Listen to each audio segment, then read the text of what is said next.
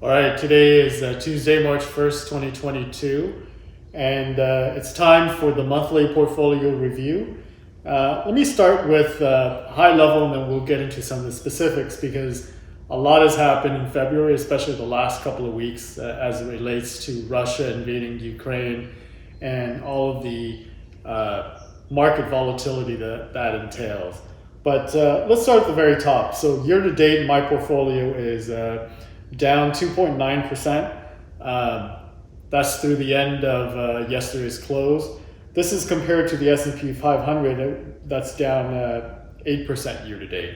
So on a relative basis, I'm really happy. I'm doing extremely well.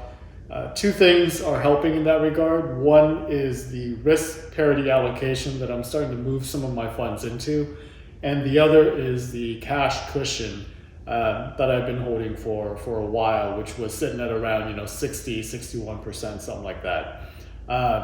In terms of moves that I did over the past month, I did start to look at some opportunities in the market and started to redeploy some of that cash.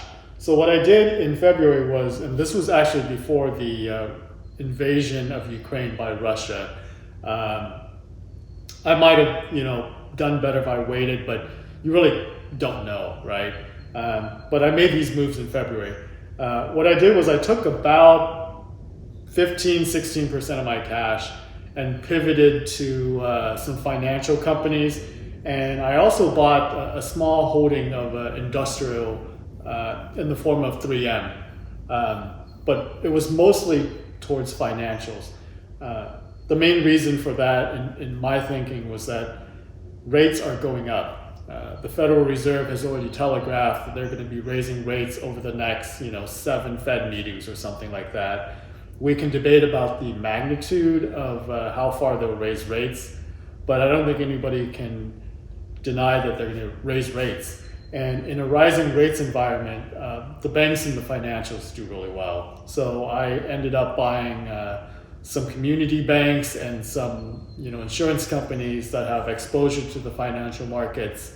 And even though I made this move before the Russian invasion, it has paid off. So I'm pretty happy. I'm not going to add to it. I think that's a pretty healthy allocation to financials. So if I were to back out the 3M holding, I think that I may have about 13% or so of my portfolio in financials.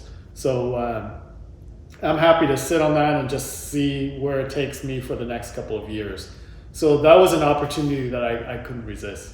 As for everything else, I'm now in a holding pattern because there is a lot of volatility to the market in general. It's pretty crazy what has happened over the last couple of days. So when Russia first announced that they were recognizing those two breakaway republics as independent countries, that was a big enough jolt. And when they announced that they were going to start, quote unquote, peacekeeping operations in the Donbas region, markets took a nosedive, right?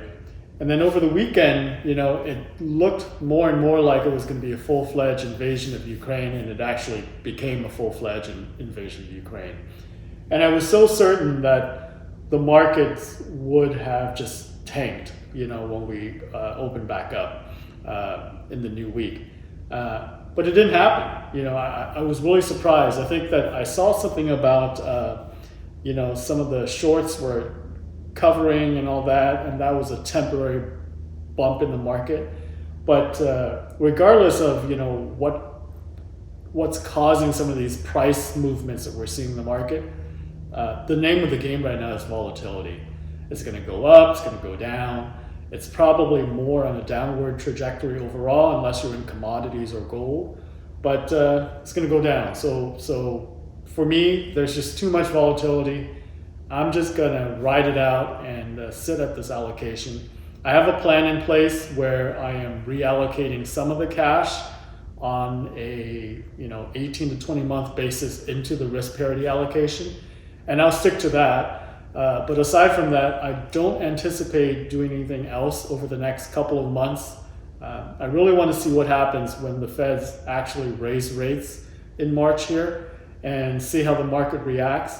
But I don't think they're going to, react crazy or anything like that. But just on the off chance that, this whole Russia-Ukraine thing goes even more sideways and the rate hikes by the Fed are happening quicker than people expected and inflation still remains high, there may be, some catalyst there for the market to overreact.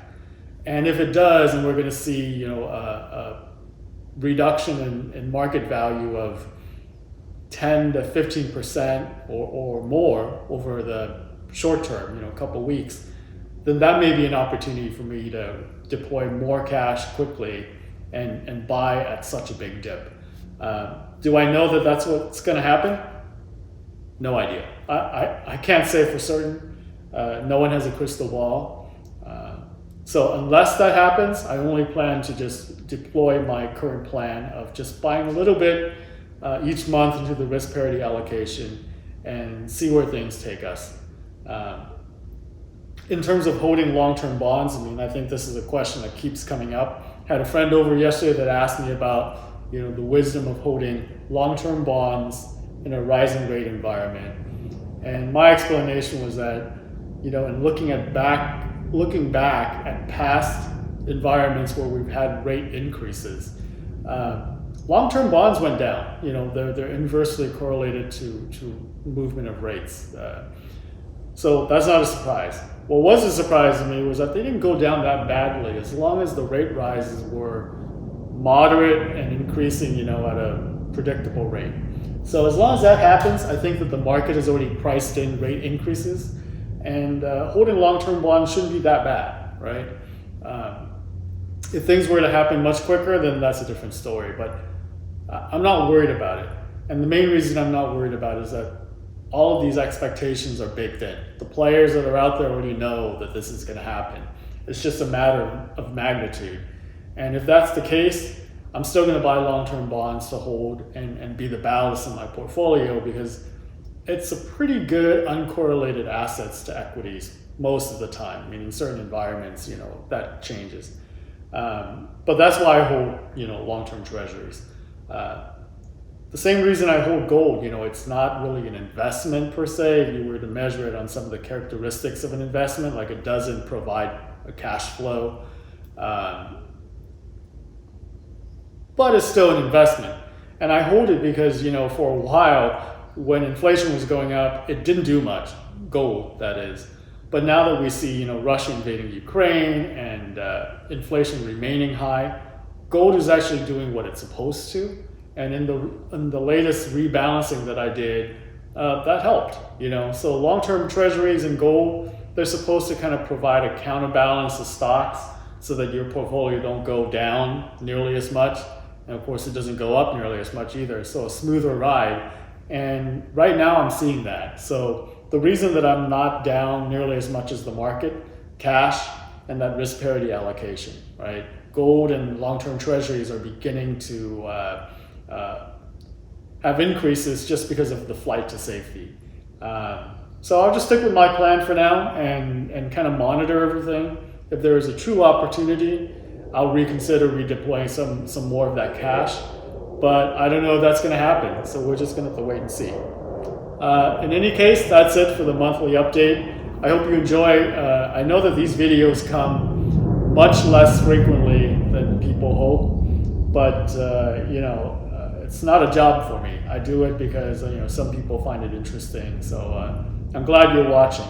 That noise you heard, or you might have heard, I live kind of close to Top Gun in San Diego, so once in a while when they're practicing, you can hear the jets flying and landing and all that. It's not that close, but it's in the flight path, so apologies for that. Anyways, take care and come back for other thoughts. Later.